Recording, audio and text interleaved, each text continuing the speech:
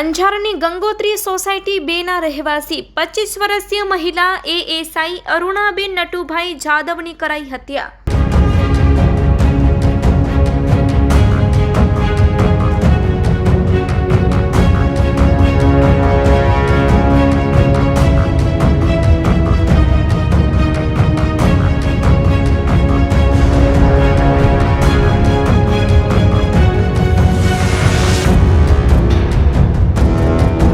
અંજારમાં પુરુષ મિત્ર દ્વારા ગળું દબાવી હત્યા નિપજાવાઈ હતી।